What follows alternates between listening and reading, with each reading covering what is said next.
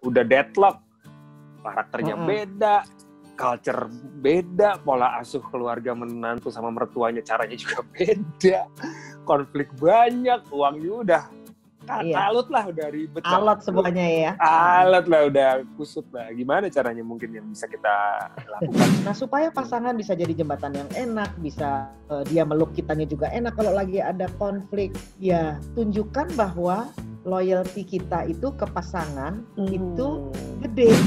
Jaga jarak aman, ya, jaga jarak aman. Kalau memang setiap ketemu konflik, ya udah ketemu sebulan sekali aja. Sebelum nonton videonya, jangan lupa untuk subscribe, like, and comment di channel YouTube-nya Female Radio.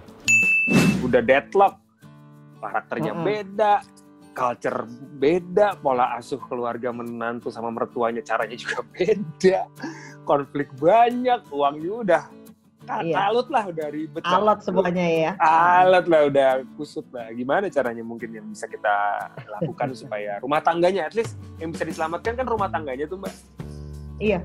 Supaya rumah tangganya, apalagi kalau udah punya anak, itu yang paling terakhir kita pegang. Oke, selama ini masih bertahan, at least udah satu achievement sendiri.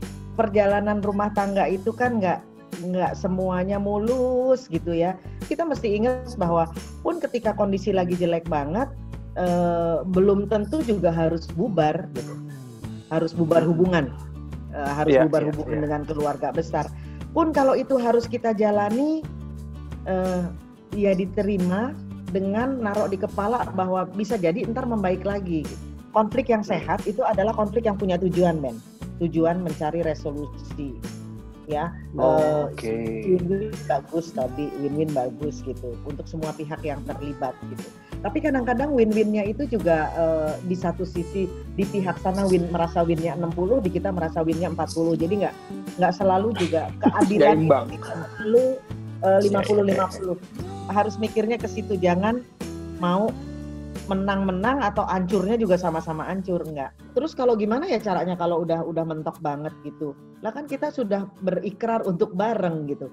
Makanya nomor satu yang harus kita nengok itu ke pasangan dulu. Nah, supaya pasangan bisa jadi jembatan yang enak, bisa dia meluk kitanya juga enak kalau lagi ada konflik, ya tunjukkan bahwa loyalty kita itu ke pasangan itu gede. Jadi aku menantunya, jadi loyalty-nya aku tunjukin bahwa aku loyal ke kamu, sehingga sebagai balikannya si abang juga akan loyal ke. Harapannya juga begitu. Harus menghilangkan loyalty si abang ke ibunya nggak? Enggak. Itu another loyalty. Itu beda lagi. Beda. Jaga kekompakan dengan pasangan seberapapun, ya. Kemudian kita juga mempertimbangkan konteksnya di sesi sebelumnya ketika kita ngomong soal stereotype, bahwa perbedaan antar etnis itu ada. Bener nggak? Bener. Ya, misalnya cara yang paling gampang. Kalau kita hadir ke keluarga Sumatera, ke keluarga Minang, gitu ya, ke keluarga Batak, datang ke rumahnya, kita akan dipaksa untuk makan. Iya. Kan? Iya. Betul. Saya sudah makan Namboru, saya sudah makan Nyaci, gitu. Tapi harus makan. Karena apa? Memberikan makan kepada tamu adalah bentuk penghormatan besar. Betul.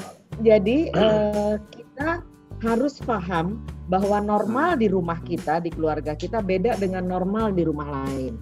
Dengan melihat kacamata normal dari versi keluarga pasangan kita akan lebih mudah jadinya merasionalisasi esensi apa yang coba mereka kirim pesan ke kita dengan perilaku-perilaku mereka. Aku mau menambahkan beberapa hal sebetulnya kalau memang udah buntu banget gitu ya. Nomor satu, kita harus bisa mempraktekkan apa yang disebut healthy selfishness. Jadi selfish boleh nggak sih? Boleh, asal sehat gitu ya. Kalau segala cara udah dilakukan untuk mempertahankan boundaries yang kita rasa penting, prinsip-prinsip yang kita jaga, tapi masih aja diriin, dan kita merasa bahwa yang kita lakukan baik dan sudah kita validasi ke suami bahwa yang kita lakukan baik, ya udah tutup telinga, gitu. Ya, artinya kita sudah sepakat bahwa ada hal yang penting, ada hal yang nggak penting. Ketika Yes. semua hal itu udah kita nilai nggak penting, ya udah keep doing it. Bahwa ngasih makan anak dan tetap berantakan itu nggak baik, keep doing it. Gitu. Oke. Ya. Oke. Kemudian manage implikasi yang muncul bersama pasangan supaya tetap sebisa mungkin tidak menempatkan pasangan pada posisi terjepit. Itu aku udah bolak-balik bilang, jangan bikin suami kita jadi terjepit. Iya. Jembatan itu tidak terjepit karena dia panjang. Tapi kalau sandwich roti lapis itu terjepit. Jadi pasangan jadiin jembatan, jangan jadiin sandwich. Jaga jarak aman, ya, jaga jarak aman. Kalau memang setiap ketemu konflik, ya udah ketemu sebulan sekali aja. Social distancing, Mbak. Iya, social distancingnya. Terus boleh nggak kita membatasi keterlibatan mertua? Boleh. Lakukan dengan cara yang santun. Rules apapun yang kita punya, sebaiknya kita sampaikan secara adil ke mertua dan ke ibu, dua-duanya. Ya, ini loh mah, aku sekarang lagi ngajarin toilet training nih ke anakku mah. Aku pakai cara ini. Itu boundaries sekaligus itu misi. Boundaries ini terakhir banget nih. Boundaries itu diomongin di depan band. Itu lebih enak. Ketimbang boundaries kita bicarakan setelah konflik terjadi. Orang udah keburu masuk pagar gitu. Jadi kita harus bilangin itu pagar kita ya gitu. Sehingga orang ketika mau masuk tahu apa assalamualaikum dulu atau nelpon dulu gitu. Tapi kalau kita nggak bilang itu pagar, orang-orang keburu masuk baru kita marah, lo matiin pagar gue, itu akan lebih sulit.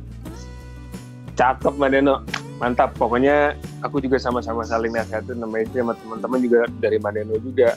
Kalau sama orang tua beda emang, kalau di agama tuh kita yang jadi pahala tuh bukan hanya nurut, kita nurut tapi hati lagi nggak cocok tapi kita tetap nurut, nah pahalanya katanya makin gede, ntar digantinya kita dapat rezeki yang lain katanya gitu. Triple ya. Triple. Oke Mbak Neno, terima kasih banyak, thank you nih kakak Neno kalau aku bilangnya, dia mungkin sama Sisi juga senang banget kita sering bicarain masalah ini juga. Mudah-mudahan Female Issues yang dengerin dapat sesuatu buat yang udah nikah, mungkin punya masalah yang sama, atau mungkin yang baru saja berencana atau menikah, karena ini menjadi sangat penting untuk keharmonisan, untuk kelangsungan dan juga kebahagiaan dalam keluarga. Thank you Mbak Neno ngobrol-ngobrol hari ini. Dan untuk Female Issues yang mau dengerin Joy Parenting, potongan-potongannya bisa didengerin di Happy Morning Justice. Terus juga kalau mau denger versi komplitnya bisa ngikutin di mobile application Female Radio, atau mungkin langsung aja masuk di podcastnya Joy Parenting di Spotify. Search-nya udah pasti Joy Parenting. Thank you untuk hari ini. Kita ketemu lagi di episode podcast Joy Parenting berikutnya. Mbak Neno, thank you ya.